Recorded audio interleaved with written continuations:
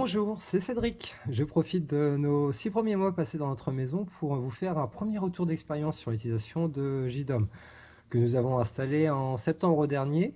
Alors pour rappel, JDOM c'est une solution de domotique open source, elle est donc gratuite et elle permet de quasiment tout faire. Je pense que sa seule limite c'est votre imagination.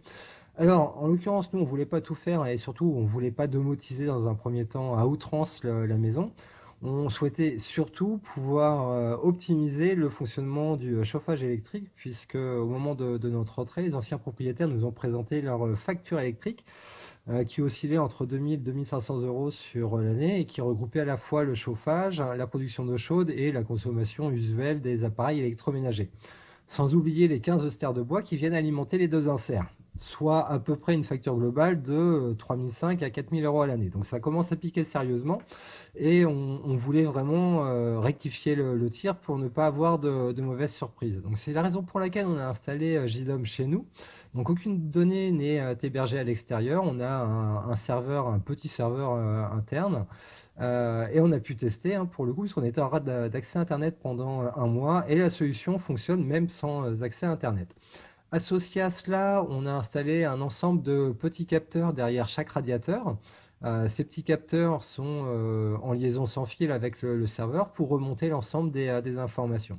Et chaque capteur est également doté d'une sonde de température de façon à pouvoir remonter les informations indépendamment pour chaque pièce.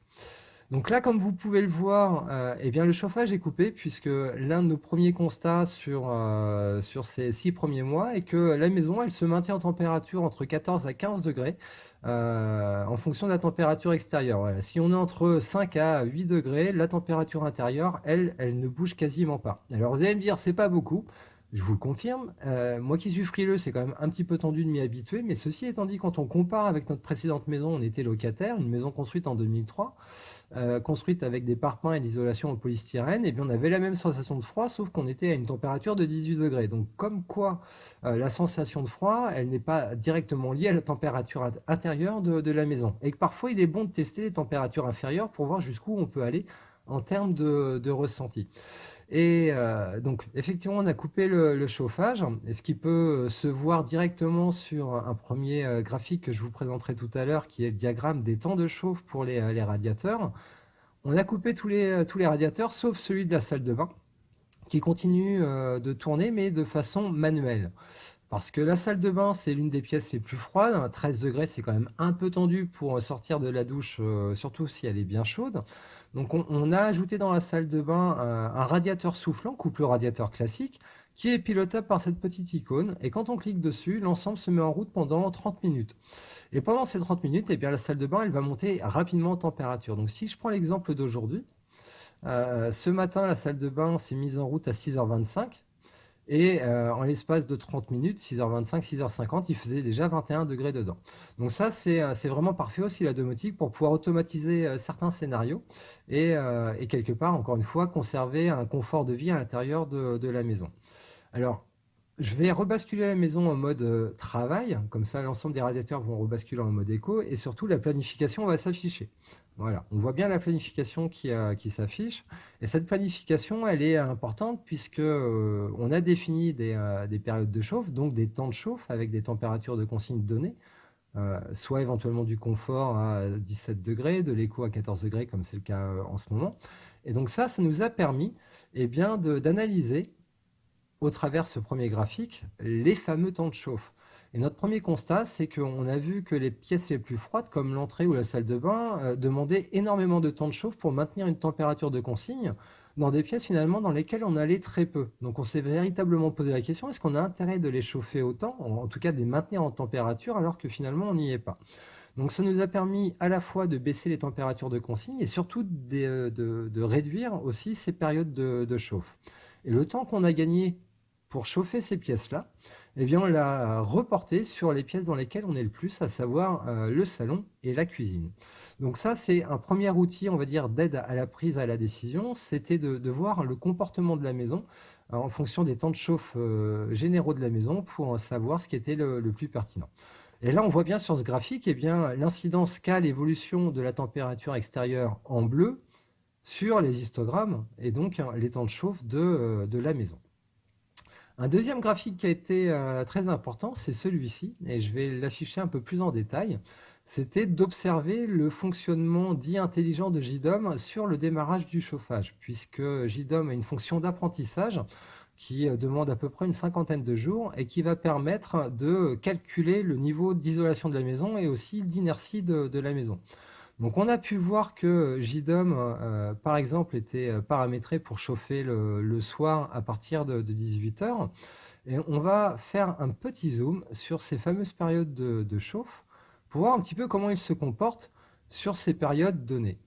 Et là, ce qu'on peut voir, c'est qu'effectivement, à 17h45, par exemple, le chauffage se met en route pour atteindre la consigne, hein. En vert, c'est la température de consigne, on est à 15 degrés et on monte à 17 degrés. Sauf qu'il commence à chauffer un petit peu avant cette température de consigne, de façon à atteindre la température au moment même où le chauffage se met en route au travers de la planification. Donc là aussi, ça a un effet positif, c'est que ça permet de conserver un confort de vie à l'intérieur de la maison. Et encore une fois, en fonction de l'évolution de la température extérieure qu'on voit en bleu et de l'inertie de la maison, eh bien JDOM va tout simplement décider de façon autonome à quel moment il faudra démarrer le chauffage pour atteindre la température de consigne donnée. Et il va influer également sur la puissance de chauffe. Donc là, on voit les histogrammes. La hauteur des histogrammes correspond à la puissance de chauffe. Donc cette puissance, elle est importante parce qu'elle permet encore une fois d'optimiser la consommation des radiateurs dans un seul et unique objectif, pouvoir harmoniser, fiabiliser l'évolution de la température sur la consigne qui a été donnée. Un autre outil qu'on utilise beaucoup avec JDOM, et ce depuis le début de l'année, puisqu'on a pu remettre les compteurs à zéro d'un point de vue consommation électrique, c'est la consommation globale de la maison. Alors ce qu'il faut savoir, c'est que toute la maison n'est pas connectée à la domotique, comme le ballon d'eau chaude par exemple, ou certains appareils électroménagers. Mais pour autant, avec JDOM, on peut créer des appareils virtuels et donner la consommation théorique de ces appareils avec des plages de fonctionnement. Par exemple, le ballon d'eau chaude, on sait qu'il va chauffer de 3h à 6h du matin et qu'il va consommer 2500 watts. Donc on a pu créer ces appareils virtuels pour avoir un état des lieux global de la consommation de la maison. Donc là encore, on voit bien l'incidence qu'a des évolutions assez extrêmes de la température extérieure, comme ça a été le cas ici, le 31 janvier, où la température moyenne pour la journée est de quasiment moins 1 degré. Donc obligatoirement, la consommation de la maison a littéralement explosé. Mais de la même façon, on est capable aujourd'hui déjà de simuler, depuis ces quelques jours, on a complètement coupé le chauffage, de connaître la consommation de la maison sur une période de croisière qui va tourner aux alentours des 11 kW, 13 kW, 11-12 kW. Donc ça va nous permettre, au travers d'un dernier outil, de mesurer le suivi de la consommation, aussi bien en kilowattheure que en euros, de façon à pouvoir faire les rapprochements entre nos factures réelles et quelque part un petit peu nos factures virtuelles, afin de rester dans les clous de la consommation totale qu'on a annoncé à notre fournisseur d'énergie. Et l'objectif final de tout cela, c'est bien sûr de pouvoir rentabiliser la solution JDOM. Et d'après les premiers calculs, elle va être rentabilisée dès la première année. Alors, vous allez me dire combien ça a coûté. Dans notre cas, c'est un cas particulier puisque nous avons réalisé l'intégration et l'installation de JDOM. Les seuls coûts sont directement liés à l'achat du matériel et des capteurs. Ceci étant dit, preuve en est que la domotique n'est pas uniquement réservée à des personnes qui veulent se faire plaisir pour automatiser certaines tâches. Ça peut aussi aider à prendre des décisions quant au pilotage de la maison. Et surtout, on peut aussi interagir par exemple à distance avec elle, si bien sûr vous avez un accès à Internet. Voilà, c'est tout pour ce premier retour d'utilisation de JDOM. N'hésitez pas à nous contacter si vous avez des questions sur l'installation, l'intégration ou voire même l'utilisation de JDOM. Je vous dis à très bientôt.